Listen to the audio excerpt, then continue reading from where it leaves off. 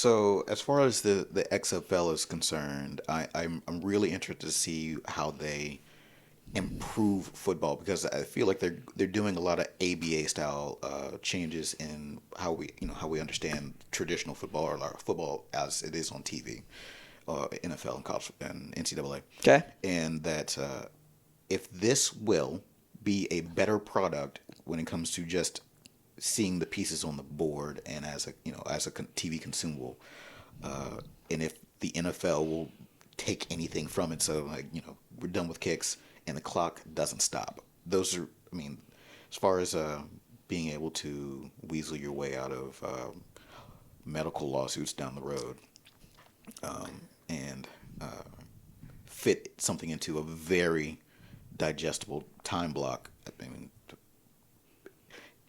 I'm just really intrigued to see where it goes. So there are 5 innovations according to the XFL that they are using. I'm going to give them to you right quick so everybody's on the same page. Right. The kicker the kicker kicks from the 25-yard line and must kick the ball in the air and play between the opponent's 20-yard line and the end zone.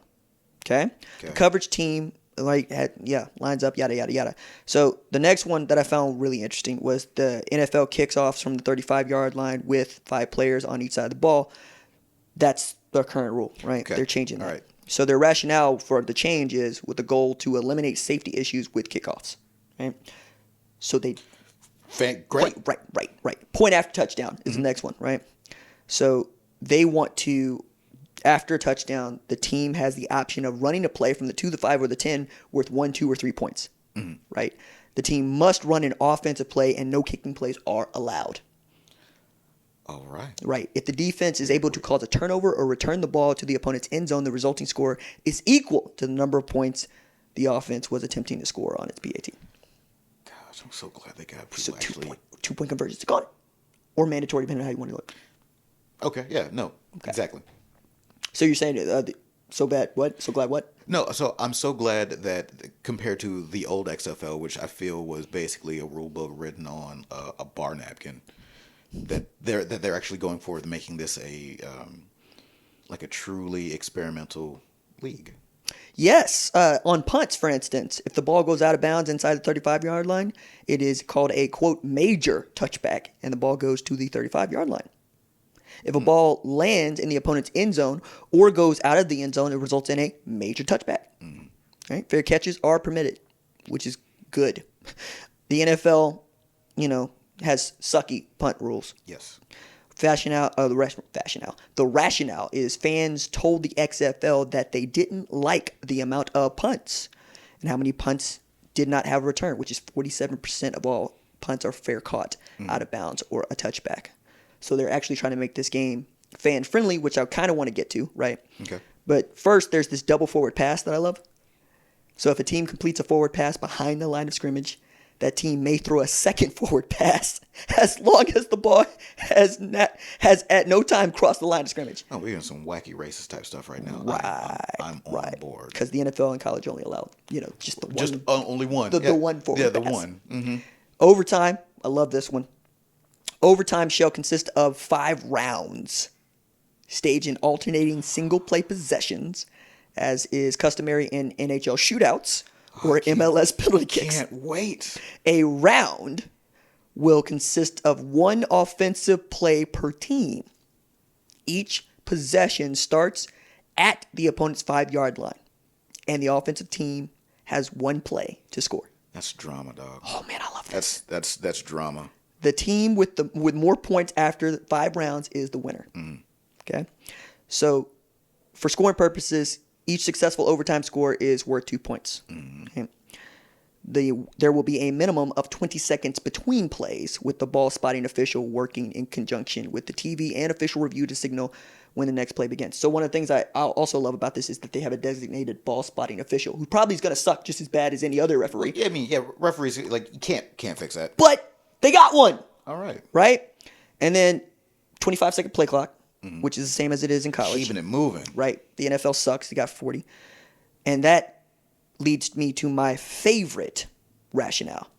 Running game clock. Thank you, Santa. Like, I haven't been this happy with Vince McMahon since the Attitude Era. Outside of the last 2 minutes of each half, the game clock will run after incompletions and out-of-bound plays. Aside from incompletions and out-of-bound plays, game clock rules outside the last 2 minutes of each half are the same as in the NFL. So they said straight up, this is in an effort to keep the game under 3 hours, but with the same amount of plays. I mean, I think they fixed it. Right. I don't necessarily think there's going to be a track meet, but we're just going to keep it. We're going to keep things going. 3 timeouts per half. Each team will have 2 1-minute timeouts per half. Mm-hmm. So that's part of it. So I, of all those things, what has been most encouraging to me is I have not seen Vince McMahon's face at all. I don't say that he ruins everything that he touches, but if you listen to the writers of WWE's or listen to the writers of Raw and whatnot, they'll say that he has a magic touch and not everything goes great. So yeah, the less McMahon in this whole thing, the better.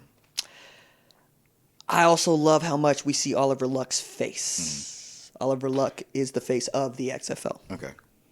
Go ahead. No, I was about to say, I don't know who Oliver Luck is. Oliver Luck is the Vince McMahon of the XFL. Okay, great. Yeah, that's who he is. It's like you saw Vince when they said they were bringing it back, and then it was almost like Oliver said, hey, go away. And he's like, cool, whatever. All right. So they're going to have these games on, I believe, Fox, ABC. I mean, they're actually going to have these games televised on networks that we care about. And they have the networks buying in. I don't know what the revenue sharing is. But we got Oliver Luck going on Coward's show talking about how great this thing is going to be. If it's anything like, if I think it's going to be successful, especially on at least the day one. I don't know if it's going to be ultimately successful because I thought the last league was going to last for a little bit longer than it did. Mm-hmm. But the last league. Do you even know what the last league was called? The USFL. What's the World League? Yeah, there we go. Shout out Dave Archer. Well, yeah, the German Rhine, the Rhine Fire, that was part of it. Rhine, German. It's America. German Fire. Was that what it was? That's where it was. Cut all this. Dragons, maybe XFL. No, Europe. NFL Europe. Yeah. Yeah, that's what it was.